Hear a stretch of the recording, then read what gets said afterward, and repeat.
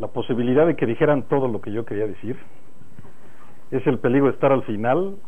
Afortunadamente no han dicho todo y espero poder decir algo coherente, porque una de las preguntas que surge es qué hace un marinero, ya no me dijo joven Gerardo, un marinero maduro como yo, qué hace con un viejo lobo como Sina.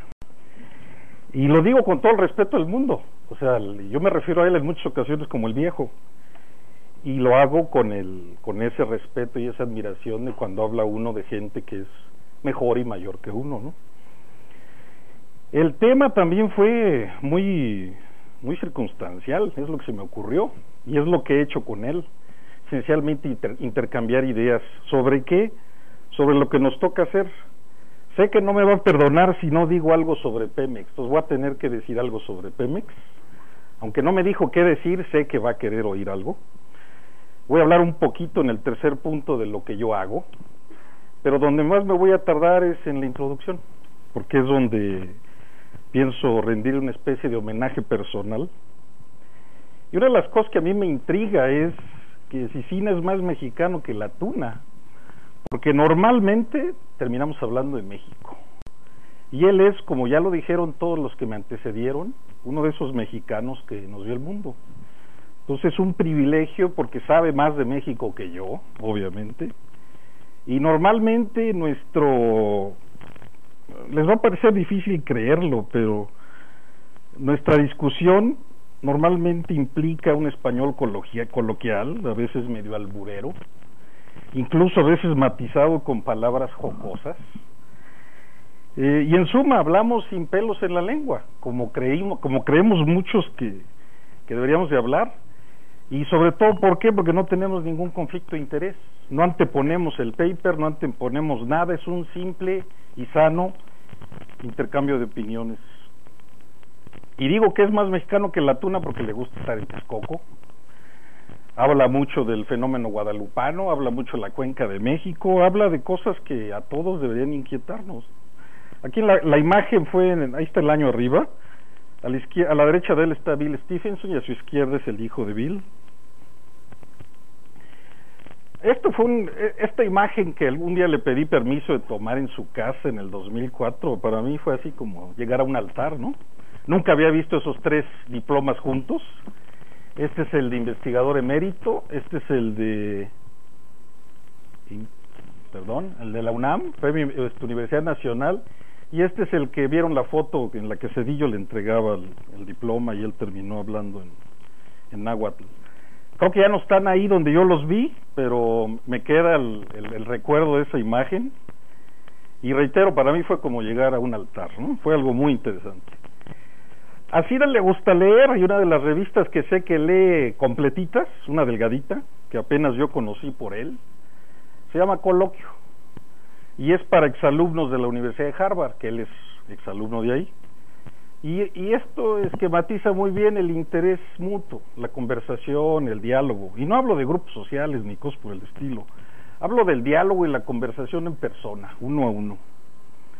Entonces siempre hablamos de México y normalmente hablamos de todo, del ambiente, de los sismos, a veces mentamos madres juntos, a veces hablamos de evaluaciones, de lo que salió en el Physics Today, e inevitablemente, porque es la parte en la que se supone que yo sé algo que a lo mejor él no sabe, terminamos hablando de petróleo y de Pemex y de Petrobras, como ya lo han mostrado. Su mundo es hablar recientemente de los desastres. Ya por ahí dijeron que que fue hasta profeta, pero él nunca publicó en esta revista, que es la revista de ficción Profeta, y eso costaba 15 centavos en aquel tiempo, ¿no? Es una de las pláticas más recientes que él dio. Y hace también sismología playera, uno de los mejores escritos que yo he visto sobre Huatulco lo escribió Sina, en una revista que es del mundo de la exploración, de Leading Edge, y ahí es donde interrelacionamos algunas cosas, y donde yo creo que le puedo hacer algunos comentarios inteligentes. ¿Por qué? Porque yo estoy más relacionado con una sociedad típicamente exploradora. Voy a hablar de dos de ellas, de la AGU y de la SEC. Entonces les recomiendo las lecturas, el que no las tenga, pídamelas. Y hay un dilema que yo he notado mucho en Sina. Él es ingeniero de formación y científico por conclusión. pero a veces él manifiesta querer ser ingeniero, y uno de las personificaciones más claras del concepto ingeniero en México está en la pantalla. Tuve el honor de conocerlo, lo traté poco, pero él tenía creo que es de la frase, que el ingeniero no es ni científico ni artista, se apoya en la ciencia y se deja guiar por el arte. Eso define a Sina en gran medida. Reitero, como yo lo leo, él es un científico que a veces quiere ser ingeniero. Me ganó Jaime de aquí, pero son dos libros recientes. La imagen de la izquierda, me voy a hacer referencia más tarde, porque habla de los 6 mandamientos del ingeniero. Y la de la derecha es una de las lecturas ligeras que Sina se la pasa leyendo de vez en cuando. Esto trata sobre la vida, la tierra y más allá. Entonces imagínense la amplitud de los temas. El geofísico, la última vez que comimos fue el 20 de marzo, como indica la imagen. Ese día yo sentí el temblor más grande de mi vida, porque yo no sentí el de 85. Y curiosamente creo que apenas regresó de la comida y lo llamaron rápido y fue a hablar ahí con Marcelo Ebrard y Aristegui en CNN. ¿Dónde nació la relación? Alguna vez fui delgado y tenía más cabello, soy el personaje del medio. Alguna vez fui a la Universidad de Carolina del Sur, entre otras cosas para que vean qué pequeña es la comunidad, por comentarios positivos de personas como Krishna Singh, etcétera, etcétera. Rosenbluth obviamente me decía, yo no sabía que la Universidad de Carolina del Sur era buena. Mi respuesta fue, pues yo tampoco. A Sina, Betty me preguntó hace unos meses, si mal no recuerdo, me dice, ¿desde cuándo conoce a Sina? Yo le comentaba que él no se iba a acordar, pero lo conozco desde 1985, cuando yo descubrí que existía la Unión Geofísica Americana, y fui a una de las reuniones de primavera que organizaban. Después, entre 87 y 92, yo trabajé en el Centro de Investigación Sísmica de la Fundación Javier Barros Sierra. Ahí empezamos a tener algunos cambios epistolares, opiniones, críticas, etcétera. Yo brinqué por el hecho de que Geofísica Internacional dejara de publicar en español. Él me explicó por qué, no me convenció, pero seguimos intercambiando. Él representa, a mi modo de ver, lo que es el lema de la Unión Geofísica Americana, la búsqueda, el deseo de una cooperación no egoísta en investigación. Eso es lo que nos une. Y también él es muy dado a leer, y tiene entre sus libros de cabecera a Feynman, y yo creo que él ejemplifica también la segunda parte de la cita, que la ciencia es una cultura de la duda, y él es muy bueno planteando dudas y llegando al meollo de las cosas. No abundo porque ya escucharon todas las maravillas que hace. Yo estudié en Nevada entre 92 y 97, y gracias a Sina pude entender un personaje como el que está en la foto. Una de las mentes más grandes que hay en sismología, que es Jim Brun, y había otros sismólogos que listo ahí en la imagen, a los cuales es difícil enfrentarlos cuando uno llega de andar divagando y de no tener tan claro a veces qué es lo que uno quiere hacer. Entonces, para aquellos que gusten de la lectura, aparte de leer a Sina, algún día tienen que leer el artículo que está ahí arriba. Es un clásico, y eso también es Sina. Sina es un clásico para nosotros. Que debe hablar del AGU y de la SEG. Son dos sociedades que se complementan, están tratando de unirse.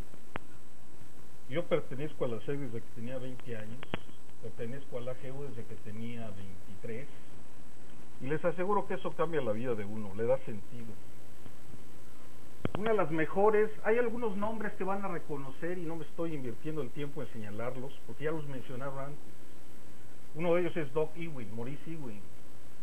Y uno de los mejores escritos que hay en la literatura geofísica para describir quién es Ewing, lo escribió Sina. E incluso el editor lo destacó como una pieza muy, muy interesante.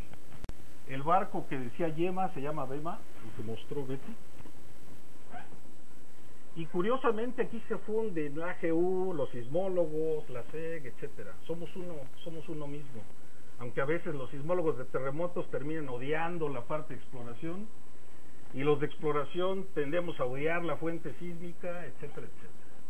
El máximo honor que puede recibir un geofísico en el ambiente de exploración es la medalla de Maurice Ewing. O sea, a los grandes se les premia con nombres de los grandes. Y otro grande es Clervaux, el que está a la derecha, un ejemplo de quienes han sido premiados con esa medalla. Avanzo porque se me va a acabar el tiempo y para que él se entretenga más, ustedes, espero haberlos entretenido un poquito, vamos a hablar de Pemex. Se atrevió a escribir algo muy interesante, no lo escribí yo, lo escribió él, me platicaba de lo que estaba escribiendo, ¿no? Y para él el problema central pues es encontrar el petróleo, ¿no? Para otras personas son cuestiones más irrelevantes. Este es creo que uno de los últimos artículos que yo vi de él en Nexos y hablaba de la reforma de Pemex, tema que es de enorme interés, sobre todo cuando todavía el 40% de los ingresos del gobierno dependen de esta empresa. En 2009 me invitaron en la revista que he mencionado, Leading Edge, a editar un número especial sobre Latinoamérica. Y obviamente pensé en él para que escribiera algo sobre la educación de las geociencias en México. Sacó algunas ronchas el escrito, dijeron que estaba un poquito así como para no estar de acuerdo con él, pero se quedó en la mesa de la discusión. Y ahí él destaca al final, marco con rojo lo que está en la última línea de las conclusiones, uno de los rasgos que yo noto también en él, que en pocas personas veo, su enorme optimismo. Muchas veces nosotros, los que somos menos viejos lobos de mar, nos cansamos, nos desgastamos, y él sigue inspirando el que uno no se dé por vencido e infecta con ese optimismo. Algo inevitable en Pemex es que está cayéndose la producción. Esto lo ven todos los días o ven cosas más salpicadas de política o salpicadas de cosas que no voy a mencionar aquí. Y que cuando uno ve cómo está el mundo en términos de los protagonistas principales, y Pemex es uno de ellos, y al final les voy a mostrar por qué. Saudi Aramco, que son los líderes indiscutibles en tierra, Petrobras, que son líderes en aguas profundas, y Statoil, que sabe cómo hacer negocio y cómo vender tecnología, se le ponen de ejemplo a Pemex como los modelos a seguir. Algo interesante es lo que dice Saudi Aramco, esto es de hace 2 años. Las tendencias principales son más y más datos. Todo el mundo quiere más detectores, todo el mundo quiere más repetición de experimentos. La sismología de terremotos no es excepción, pero exploración liderea en cuanto al número y cantidad de datos. ¿Por qué? Porque lo que interesa es un adecuado muestreo en 3 dimensiones. Y ya desde hace 2 años se habla de 45,000 puntos vibrados para obtener imágenes del subsuelo en un día. Y la automatización de las principales actividades de investigación y desarrollo tecnológico en empresas como Saudi Aramco, que es que atacar problemas someros, porque ellos tienen dunas, sus principales actividades son en tierra, etcétera, obtener imágenes del subsuelo de la manera más rápida, análisis de velocidad, que es central para la determinación de un epicentro o de una imagen sísmica, quieren automatizarlo, de hecho es automático, e incluso la interpretación se busca que sea automática.